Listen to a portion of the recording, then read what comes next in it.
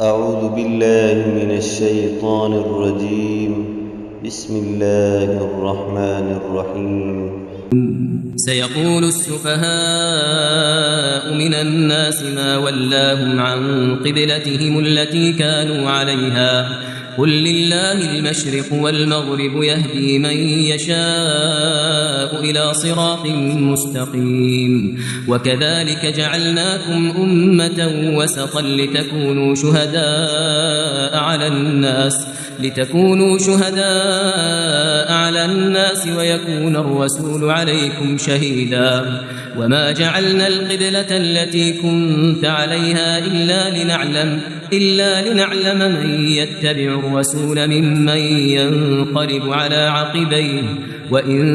كانت لكبيرة إلا على الذين هدى الله وما كان الله ليضيع إيمانكم إن الله بالناس لرؤوف رحيم قد نرى تقلب وجهك في السماء فلنولينك قبلة ترضاها فول وجهك شطر المسجد الحرام وحيثما كنتم فولوا وجوهكم شطره وإن الذين أوتوا الكتاب ليعلمون أنه الحق من ربهم وما الله بغافل عما يعملون ولئن أتيت الذين أوتوا الكتاب بكل آية ما تبعوا قبلتك وما أنت بتابع قبلتهم وما بعضهم بتابع قبلة بعض ولئن اتبعت أهواءهم من بعد ما جاءك من العلم إنك إذا لمن الظالمين الذين آتيناهم الكتاب يعرفونه كما يعرفون أبناءهم وإن فريقا منهم ليكتمون الحق وهم يعلمون الحق من ربك فلا تكونن من الممترين ولكل وجهة هو موليها فاستبقوا الخيرات أينما تكونوا يأتي بكم الله جميعا إن الله على كل شيء قدير ومن حيث خرجت فول وجهك شطر المسجد الحرام وإنه للحق من ربك وما الله بغافل عما تعملون ومن حيث خرجت فول وجهك شطر المسجد الحرام وحيثما كنتم فولوا وجوهكم شطره لئلا يكون للناس عليكم حجة إلا الذين ظلموا منهم فلا تخشوهم واخشوني ولأتم نعمتي عليكم ولعلكم تهتدون كما أرسلنا فيكم رسولا منكم يتلو عليكم آياتنا ويزكيكم ويعلمكم الكتاب والحكمة ويعلمكم ما لم تكونوا تعلمون فاذكروني أذكركم واشكروا لي ولا تكفرون يا أيها الذين آمنوا استعينوا بالصبر والصلاة إن الله مع الصابرين ولا تقولوا لمن يقتل في سبيل الله أموات بل أحياء ولكن لا تشعرون ولنبلونكم بشيء من الخوف والجوع ونقص من الأموال والأنفس والثمرات وبشر الصابرين الذين إذا أصابتهم مصيبة قالوا إنا لله وإنا إليه راجعون أولئك عليهم صلوات من ربهم ورحمة وأولئك هم المهتدون إن الصفا والمروة من شعائر الله فمن حج البيت أو اعتمر فلا جناح عليه أن يطوف بهما ومن تطوع خيرا فإن الله شاكر عليم إن الذين يكتمون ما أنزلنا من البينات والهدى من بعد ما بيناه للناس في الكتاب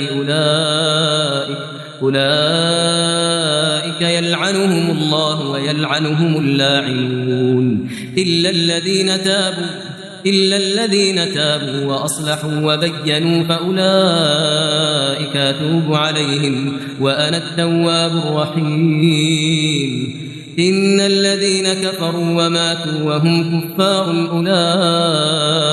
عليهم لعنة الله والملائكة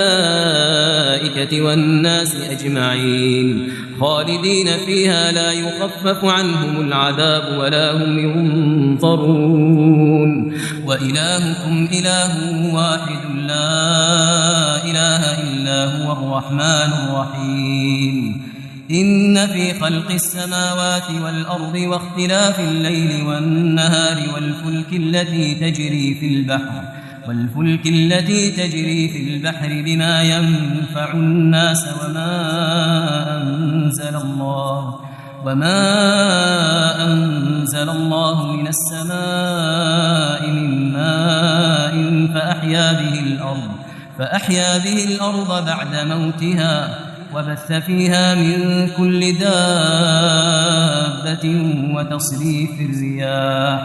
وتصريف الرياح والسحاب المسخر بين السماء والأرض لآيات لقوم يعقلون ومن الناس من يتخذ من دون الله أندادا يحبونهم كحب الله والذين آمنوا أشد حبا لله ولو يرى الذين ظلموا إذ يرون العذاب أن القوة لله جميعا وأن الله شديد العذاب إذ تبرأ الذين اتبعوا من الذين اتبعوا ورأوا العذاب وتقطعت بهم الأسباب وقال الذين اتبعوا لو أن لنا كرة فنتبرأ منهم كما تبرأوا منا كذلك يريهم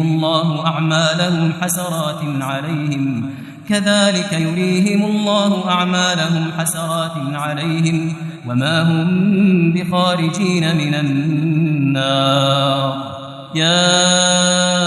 أيها الناس كلوا مما في الأرض حلالا طيبا ولا تتبعوا خطوات الشيطان إنه لكم عدو مبين إنما يأمركم بالسوء والفحشاء وأن تقولوا على الله ما لا تعلمون وإذا قيل لهم اتبعوا ما أنزل الله قالوا بل نتبع ما ألفينا عليه آباءنا أولو كان آباؤهم لا يعقلون شيئا ولا يهتدون ومثل الذين كفروا كمثل الذي ينعق بما لا يسمع إلا دعاء ونداء صم بكم عمي فهم لا يعقلون يا أيها الذين آمنوا كلوا من طيبات ما رزقناكم واشكروا لله إن كنتم إياه تعبدون إنما حرم عليكم الميتة والدم ولحم الخنزير وما أهل به لغير الله فمن اضطر غير باغ ولا عاد فلا إثم عليه إن الله غفور رحيم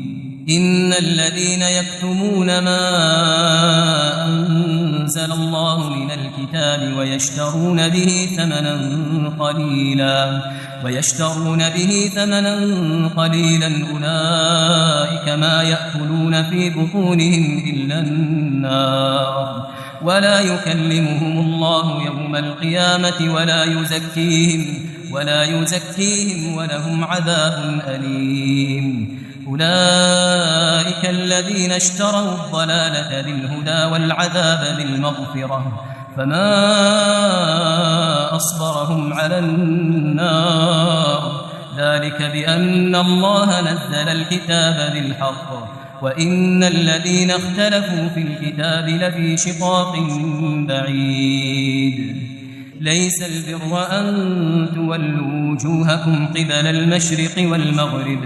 ولكن البر من آمن بالله واليوم الآخر والملائكة والكتاب والنبيين وآتى المال على حبه ذوي القربى واليتامى والمساكين وابن السبيل والسائلين وفي الرقاب وأقام الصلاة وآتى الزكاة والموفون بعهدهم إذا عاهدوا والصابرين في البأساء والضراء وحين البأس أولئك الذين صدقوا وأولئك هم المتقون. يا أيها الذين آمنوا كتب عليكم القصاص في القتلى الحر بالحر والعبد بالعبد والأنثى بالأنثى فمن عفي له من أخيه شيء فاتباع بالمعروف وأداء إليه بإحسان ذلك تخفيف من ربكم ورحمة فمن اعتدى بعد ذلك فله عذاب أليم. ولكم في القصاص حياة يا أولي الألباب لعلكم تتقون. كتب عليكم إذا حضر أحدكم الموت إن ترك خيرا الوصية للوالدين والأقربين بالمعروف حقا على المتقين. فمن بدله بعدما سمعه فإنما إثمه على الذين يبدلونه إن الله سميع عليم. فمن خاف من موص جنفا أو إثما فأصلح بينهم فلا إثم عليه إن الله غفور رحيم. يا أيها الذين آمنوا كتب عليكم الصيام كما كتب على الذين من قبلكم لعلكم تتقون. أياما معدودات فمن كان منكم مريضا أو على سفر فعدة من أيام أخر وعلى الذين يطيقونه فدية طعام مسكين فمن تطوع خيرا فهو خير له وأن تصوموا خير لكم إن كنتم تعلمون. شهر رمضان الذي أنزل فيه القرآن هدى للناس وبينات من الهدى والفرقان فمن شهد منكم الشهر فليصمه ومن كان مريضا أو على سفر فعدة من أيام أخر يريد الله بكم اليسر ولا يريد بكم العسر ولتكملوا العدة ولتكبروا الله على ما هداكم ولعلكم تشكرون. وإذا سألك عبادي عني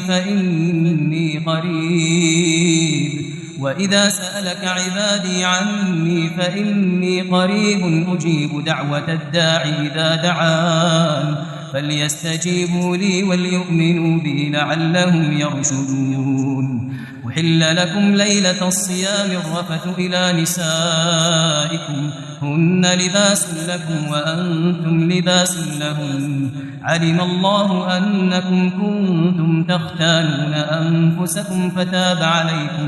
فتاب عليكم وعفى عنكم فالآن باشروهن وابتغوا ما كتب الله لكم وكلوا واشربوا حتى يتبين لكم الخيط الأبيض من الخيط الأسود من الفجر ثم أتموا الصيام إلى الليل ولا تباشروهن وأنتم عاكفون في المساجد تلك حدود الله فلا تقربوها كذلك يبين الله آياته للناس لعلهم يتقون ولا تأكلوا أموالكم بينكم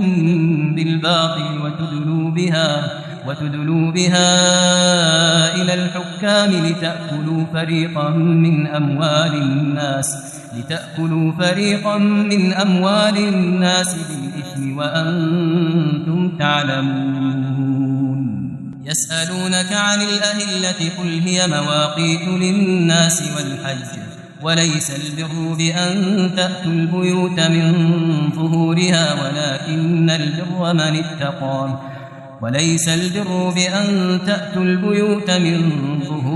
ولكن البر من اتقى وأتوا البيوت من أبوابها واتقوا الله لعلكم تفلحون وقاتلوا في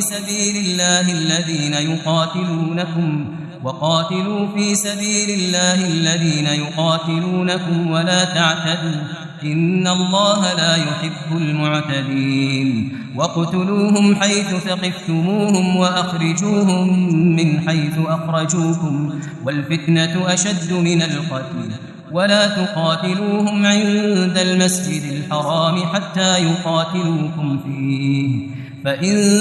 قاتلوكم فاقتلوهم كذلك جزاء الكافرين فإن انتهوا فإن الله غفور رحيم وقاتلوهم حتى لا تكون فتنة ويكون الدين لله فإن انتهوا فلا عدوان إلا على الظالمين الشهر الحرام بالشهر الحرام والحرمات قصاص فمن اعتدى عليكم فاعتدوا عليه بمثل ما اعتدى عليكم واتقوا الله واعلموا أن الله مع المتقين وأنفقوا في سبيل الله ولا تلقوا بأيديكم إلى التهلكة وأحسنوا إن الله يحب المحسنين وأتموا الحج والعمرة لله فإن أحصرتم فما استيسر من الهدي ولا تحلقوا رؤوسكم حتى يبلغ الهدي محله فمن كان منكم مريضا أو به أذى من رأسه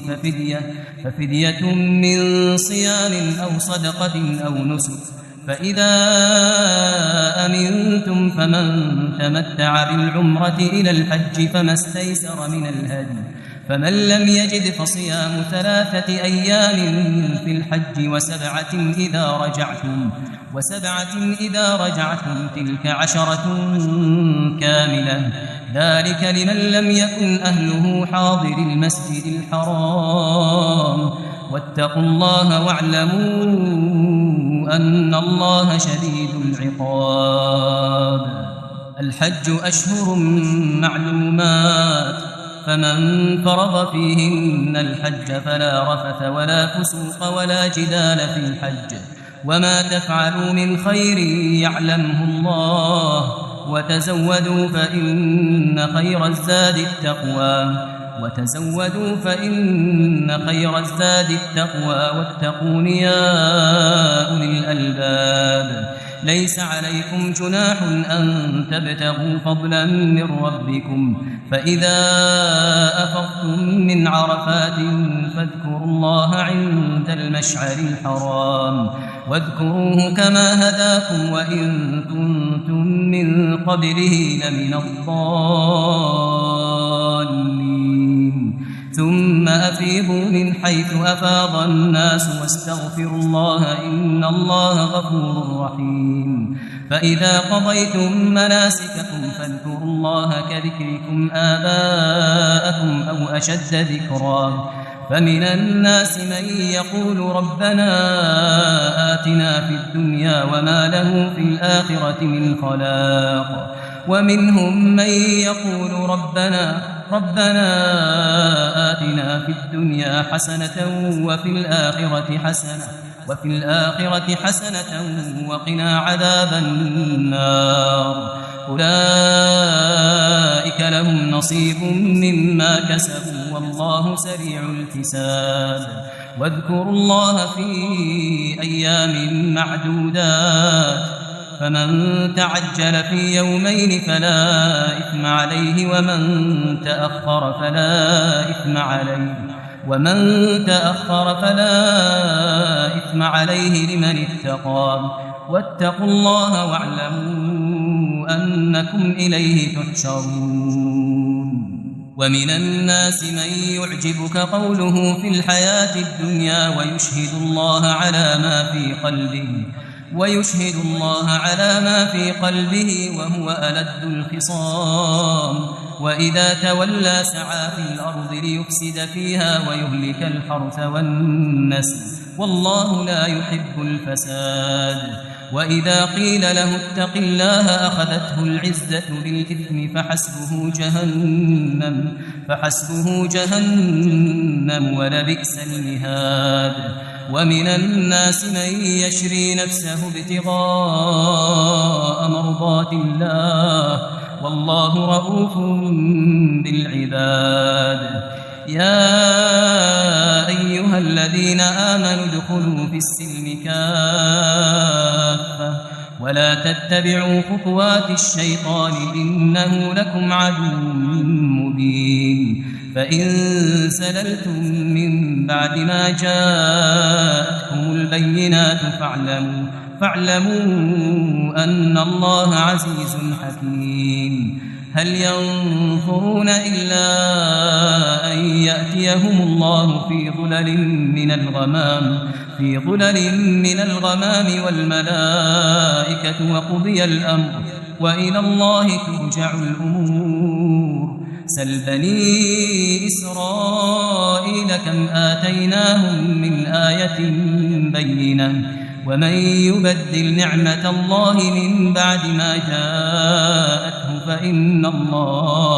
فإن الله شديد العقاب زين للذين كفروا الحياة الدنيا ويسخرون من الذين آمنوا والذين اتقوا فوقهم يوم القيامة والله يرزق من يشاء بغير حساب كان الناس أمة واحدة فبعث الله النبيين مبشرين ومنذرين وأنزل معهم الكتاب بالحق ليحكم بين الناس فيما اختلفوا فيه وما اختلف فيه إلا الذين أوتوه من بعد ما جاءتهم البينات بغيا بينهم فهدى الله الذين آمنوا لما اختلفوا فيه من الحق بإذنه والله يهدي من يشاء إلى صراط مستقيم أم حسبتم أن تدخلوا الجنة ولما يأتكم مثل الذين خلوا من قبلكم مستهم البأساء والضراء وزلزلوا حتى يقول الرسول والذين آمنوا معه متى نصر الله ألا إن نصر الله قريب يسألونك ماذا ينفقون قل ما أنفقتم من خير فللوالدين والأقربين واليتامى والمساكين وابن السبيل وما تفعلوا من خير فإن الله به عليم كتب عليكم القتال وهو كره لكم وعسى أن تكرهوا شيئا وهو خير لكم وعسى أن تحبوا شيئا وهو شر لكم والله يعلم وأنتم لا تعلمون يسألونك عن الشهر الحرام قتال فيه قل قتال فيه كبير وصد عن سبيل الله وكفر به والمسجد الحرام وإخراج أهله منه أكبر عند الله والفتنة أكبر من القتل ولا يزالون يقاتلونكم حتى يردوكم عن دينكم إن استطاعوا ومن يرتد منكم عن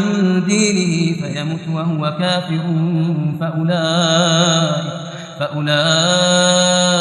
حبطت أعمالهم في الدنيا والآخرة وأولئك أصحاب النار هم فيها خالدون. إن الذين آمنوا والذين هاجروا وجاهدوا في سبيل الله أولئك يرجون رحمة الله والله غفور رحيم. يسألونك عن الخمر والميسر قل فيهما إثم كبير ومنافع للناس وإثمهما أكبر من نفعهما ويسألونك ماذا ينفقون قل العفو كذلك يبين الله لكم الآيات لعلكم تتفكرون في الدنيا والآخرة. ويسألونك عن اليتامى قل إصلاح لهم خير وإن تخالطوهم فإخوانكم والله يعلم المفسد من المصلح ولو شاء الله لأعنتكم إن الله عزيز حكيم. ولا تنكحوا المشركات حتى يؤمنن ولأمة مؤمنة خير من مشركة ولو أعجبتكم. ولا تنكحوا المشركين حتى يؤمنوا ولعبد مؤمن خير من مشرك ولو أعجبكم. أولئك يدعون إلى النار والله يدعو إلى الجنة والمغفرة بإذنه ويبين آياته للناس لعلهم يتذكرون. ويسألونك عن المحيض قل هو أذى فاعتزلوا النساء في المحيض ولا تقربوهن حتى يطهرن فإذا تطهرن فأتوهن من حيث أمركم الله إن الله يحب التوابين ويحب المتطهرين. نساؤكم حرث لكم فأتوا حرثكم أنى شئتم وقدموا لأنفسكم واتقوا الله واعلموا أنكم ملاقوه وبشر المؤمنين. ولا تجعلوا الله عرضة لأيمانكم أن تبروا وتتقوا وتصلحوا بين الناس والله سميع عليم. لا يؤاخذكم الله باللغو في أيمانكم ولكن يؤاخذكم بما كسبت قلوبكم والله غفور حليم. للذين يؤلون من نسائهم تربص 4 أشهر فإن فاءوا فإن الله غفور رحيم. وإن عزموا الطلاق فإن الله سميع عليم. والمطلقات يتربصن بأنفسهن 3 قروء ولا يحل لهن أن يكتمن ما خلق الله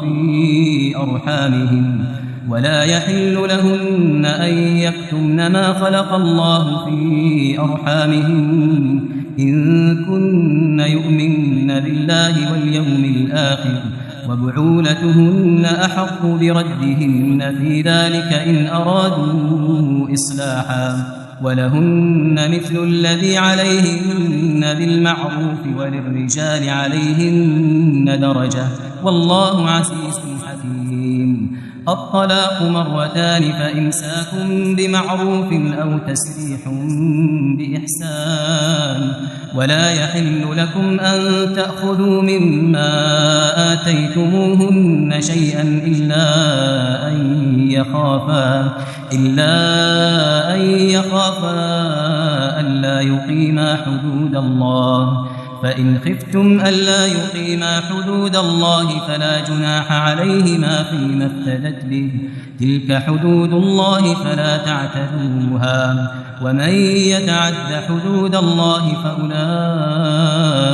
هم الظالمون. فإن طلقها فلا تحل له من بعد حتى تنكح زوجا غيره فإن طلقها فلا جناح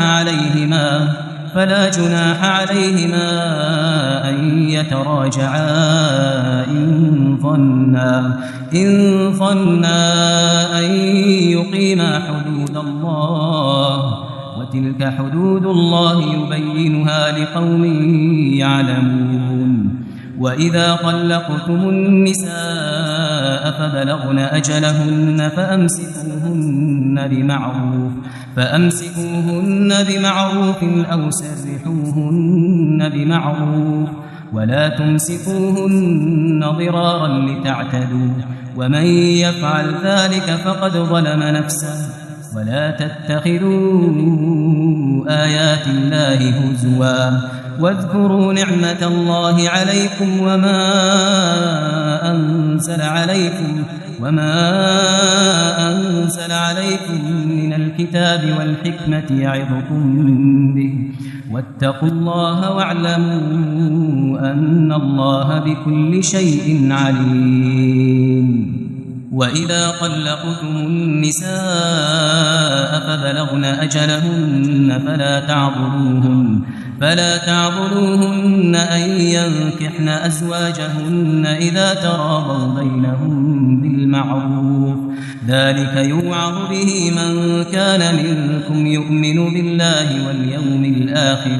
ذلكم أزكى لكم وأطهر، والله يعلم وأنتم لا تعلمون. والوالدات يرضعن أولادهن حولين كاملين لمن أراد أن يتم الرضاعة، وعلى المولود له رزقهن وكسوتهن بالمعروف، لا تكلف نفس إلا وسعها، لا تضار والدة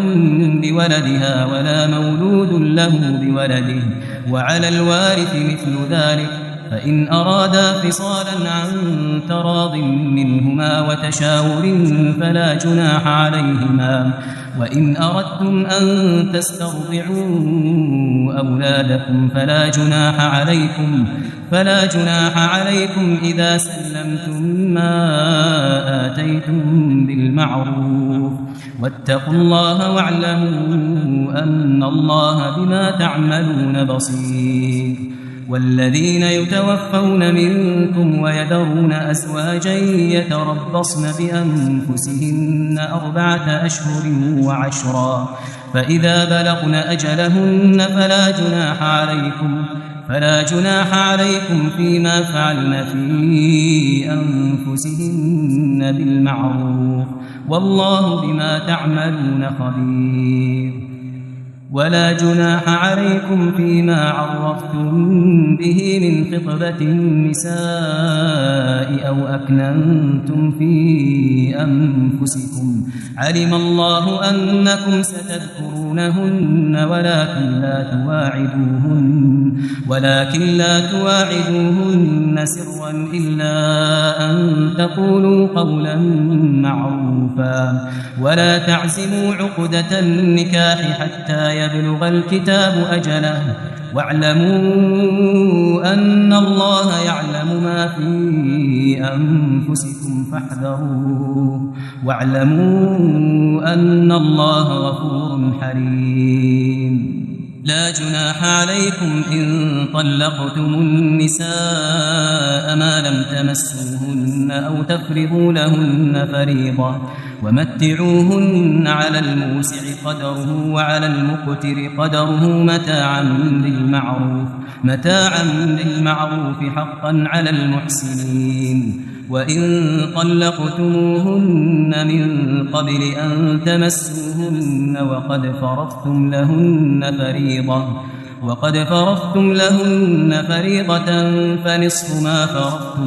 فنصف ما فرضتم إلا أن يعفون أو يعفو الذي بيده عقدة النكاح، وأن تعفوا أقرب للتقوى، ولا تنسوا الفضل بينكم، إن الله بما تعملون بصير. حافظوا على الصلوات والصلاة الوسطى وقوموا لله قانتين فإن خفتم فرجالا أو ركبانا فإذا أمنتم فاذكروا الله كما علمكم ما لم تكونوا تعلمون والذين يتوفون منكم ويذرون أزواجا وصية لأزواجهم متاعا إلى الحول غير إخراج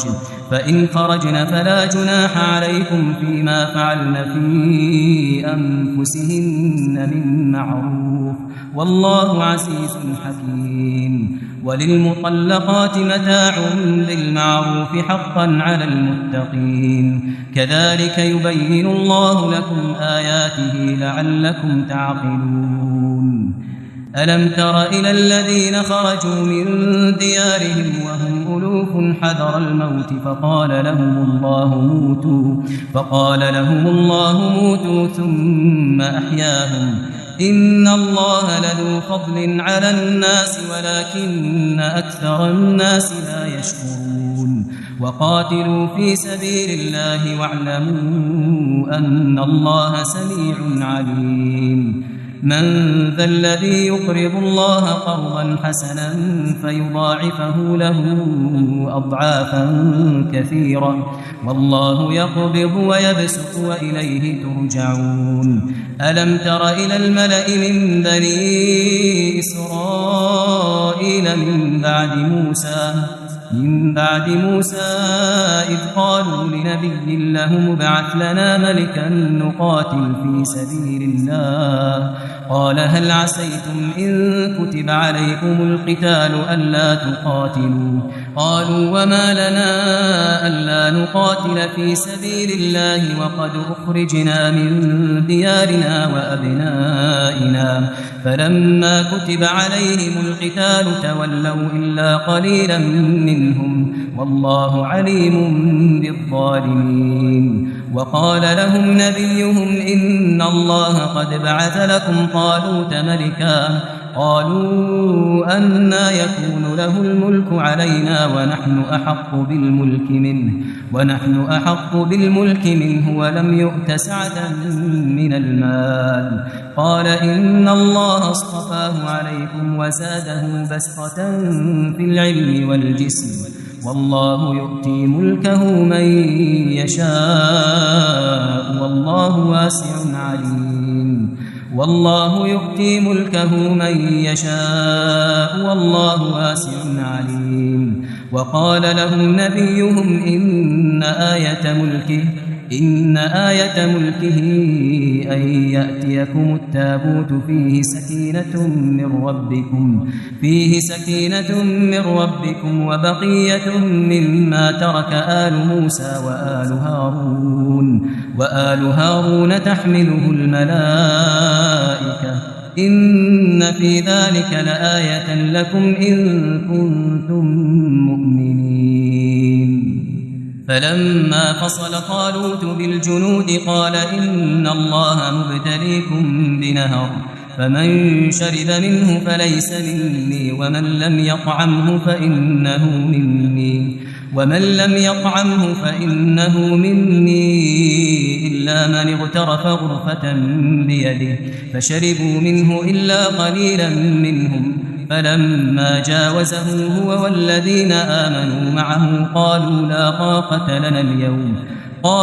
طاقة لنا اليوم بجالوت وجنوده قال الذين يظنون أنهم ملاقو الله كم من فئة قليلة غلبت فئة كثيرة بإذن الله والله مع الصابرين ولما برزوا لجالوت وجنوده قالوا ربنا أفرغ علينا صبرا وثبت أقدامنا وانصرنا على القوم الكافرين فهزموهم بإذن الله وقتل داود جالوت وآتاه الله الملك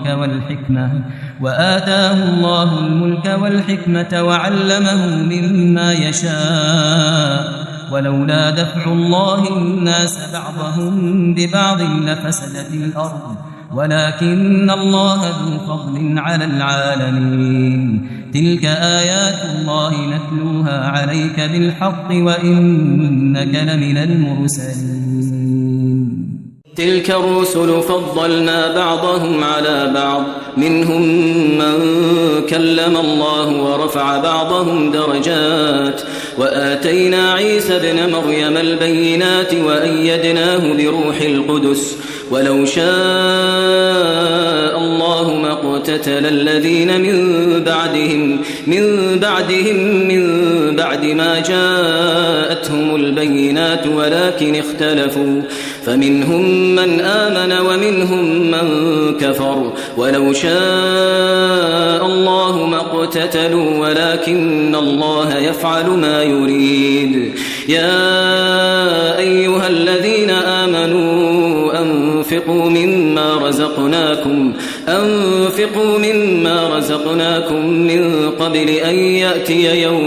من قبل أن يأتي يوم لا بيع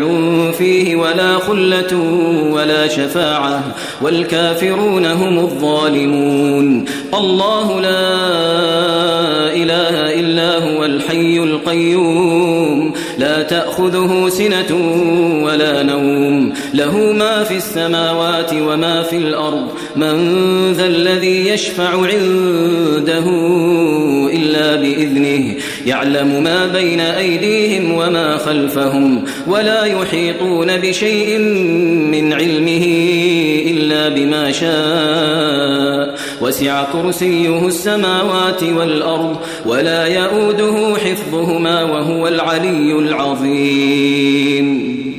لا إكراه في الدين قد تبين الرشد من الغي فمن يكفر بالطاغوت ويؤمن بالله فقد استمسك بالعروة الوثقى لا انفصام لها والله سميع عليم الله ولي الذين آمنوا يخرجهم من الظلمات إلى النور والذين كفروا أولياؤهم الطاغوت يخرجونهم من النور إلى الظلمات أولئك أصحاب النار هم فيها خالدون ألم تر إلى الذي حاج إبراهيم في ربه أن آتاه الله الملك إذ قال إبراهيم ربي الذي يحيي ويميت قال أنا أحيي وأميت قال إبراهيم فإن الله يأتي بالشمس من المشرق فأت بها من المغرب فبهت الذي كفر والله لا يهدي القوم الظالمين أو كالذي مر على قرية وهي خاوية على عروشها قال أنى يحيي هذه الله بعد موتها فأماته الله 100 عام ثم بعثه قال كم لبثت قال لبثت يوما أو بعض يوم قال بل لبثت 100 عام فانظر إلى طعامك وشرابك لم يتسنه وانظر إلى حمارك ولنجعلك آية للناس وانظر إلى العظام كيف ننشزها ثم نكسوها لحما فلما تبين له قال أعلم أن الله على كل شيء قدير وإذ قال إبراهيم رب أرني كيف تحيي الموتى قال أولم تؤمن قال بلى ولكن ليطمئن قلبي قال فخذ 4 من الطير فصرهن إليك ثم اجعل على كل جبل منهن جزءا ثم ادعهن يأتينك سعيا واعلم أن الله عزيز حكيم مثل الذين ينفقون أموالهم في سبيل الله كمثل حبة أنبتت 7 سنابل في كل سنبلة 100 حبة والله يضاعف لمن يشاء والله واسع عليم. الذين ينفقون أموالهم في سبيل الله ثم لا يتبعون ما أنفقوا منا ولا أذى لهم أجرهم عند ربهم ولا خوف عليهم ولا هم يحزنون. قول معروف ومغفرة خير من صدقة يتبعها أذى والله غني حليم. يا أيها الذين آمنوا لا تبطلوا صدقاتكم بالمن والأذى كالذي ينفق ماله رئاء الناس ولا يؤمن بالله واليوم الآخر فمثله كمثل صفوان عليه تراب فأصابه وابل فتركه صلدا لا يقدرون على شيء مما كسبوا والله لا يهدي القوم الكافرين. ومثل الذين ينفقون أموالهم ابتغاء مرضات الله وتثبيتا من أنفسهم كمثل جنة بربوة أصابها وابل فآتت أكلها ضعفين فإن لم يصبها وابل فطل والله بما تعملون بصير. أيود أحدكم أن تكون له جنة من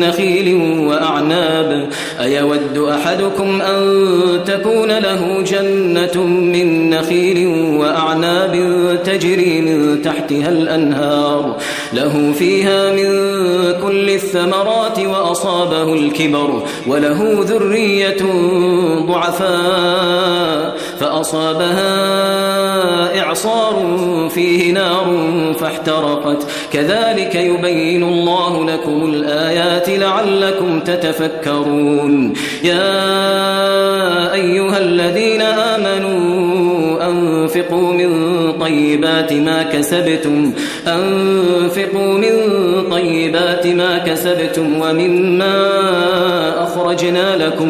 من الأرض ولا تيمموا الخبيث منه تنفقون ولستم بآخذيه إلا أن تغمضوا فيه واعلموا أن الله غني حميد. الشيطان يعدكم الفقر ويأمركم بالفحشاء والله يعدكم مغفرة منه وفضلا والله واسع عليم. يؤتي الحكمة من يشاء ومن يؤت الحكمة فقد أوتي خيرا كثيرا وما يذكر إلا أولو الألباب. وما أنفقتم من نفقة أو نذرتم من نذر فإن الله يعلمه وما للظالمين من أنصار. إن تبدوا الصدقات فنعما هي وإن تخفوها وتؤتوها الفقراء فهو خير لكم ويكفر عنكم من سيئاتكم والله بما تعملون خبير. ليس عليك هداهم ولكن الله يهدي من يشاء وما تنفقوا من خير فلأنفسكم وما تنفقون إلا ابتغاء وجه الله وما تنفقوا من خير يوفى إليكم وأنتم لا تظلمون. للفقراء الذين أحصروا في سبيل الله لا يستطيعون ضربا في الأرض يحسبهم الجاهل أغنياء من التعفف تعرفهم بسيماهم لا يسألون الناس إلحافا وما تنفقوا تنفقوا من خير فإن الله به عليم الذين ينفقون أموالهم بالليل والنهار سرا وعلانية فلهم أجرهم عند ربهم ولا خوف عليهم ولا هم يحزنون الذين يأكلون الربا لا يقومون إلا كما يقوم الذي يتخبطه الشيطان من المس ذلك بأنهم قالوا إنما البيع مثل الربا وأحل الله البيع وحرم الربا فمن جاءه موعظة من ربه فانتهى فله ما سلف وأمره إلى الله ومن عاد فأولئك أصحاب النار هم فيها خالدون يمحق الله الربا ويربي الصدقات والله لا يحب كل كفار أثيم إن الذين آمنوا وعملوا الصالحات وأقاموا الصلاة وآتوا الزكاة لهم أجرهم عند ربهم ولا خوف عليهم ولا هم يحزنون يا أيها الذين آمنوا اتقوا الله وذروا ما بقي من الربا إن كنتم مؤمنين فإن لم تفعلوا فأذنوا بحرب من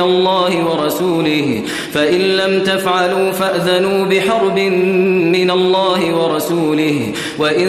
تبتم فلكم رؤوس أموالكم لا تظلمون ولا تظلمون وإن كان ذو عسرة فنظرة إلى ميسرة وأن تصدقوا خير لكم إن كنتم تعلمون واتقوا يوما ترجعون فيه إلى الله ثم توفى كل نفس ما كسبت وهم لا يظلمون يا أيها الذين آمنوا إذا تداينتم بدين إلى أجل مسمى فاكتبوه وليكتب بينكم كاتب بالعدل ولا يأب كاتب أن يكتب كما علمه الله فليكتب وليملل الذي عليه الحق وليتق الله ربه ولا يبخس منه شيئا فإن كان الذي عليه الحق سفيها أو ضعيفا أو لا يستطيع أن يمل هو فليملل وليه بالعدل واستشهدوا شهيدين من رجالكم فإن لم يكونا رجلين فرجل وامرأتان ممن ترضون من الشهداء أن تضل إحداهما فتذكر إحداهما الأخرى ولا يأبى الشهداء إذا ما دعوا ولا تسأموا أن تكتبوه صغيرا أو كبيرا إلى أجله ذلكم أقسط عند الله وأقوم للشهادة وأدنى ألا ترتابوا إلا أن تكون تجارة حاضرة تديرونها بينكم فليس عليكم جناح ألا تكتبوها وأشهدوا إذا تبايعتم ولا يضار كاتب ولا شهيد وإن تفعلوا فإنه فسوق بكم واتقوا الله ويعلمكم الله والله بكل شيء عليم وإن كنتم على سفر ولم تجدوا كاتبا فرهان مقبوضة فإن أمن بعضكم بعضا فليؤدي الذي اؤتمن أمانته وليتق الله ربه ولا تكتموا الشهادة ومن يكتمها فإنه آثم قلبه والله بما تعملون عليم لله ما في السماوات وما في الأرض وإن تبدوا ما في أنفسكم أو تخفوه يحاسبكم به الله فيغفر لمن يشاء ويعذب من يشاء والله على كل شيء قدير. آمن الرسول بما أنزل إليه من ربه والمؤمنون كل آمن بالله وملائكته وكتبه ورسله لا نفرق بين أحد من رسله وقالوا سمعنا وأطعنا غفرانك ربنا وإليك المصير. لا يكلف الله نفسا إلا وسعها لها ما كسبت وعليها ما اكتسبت ربنا لا تؤاخذنا إن نسينا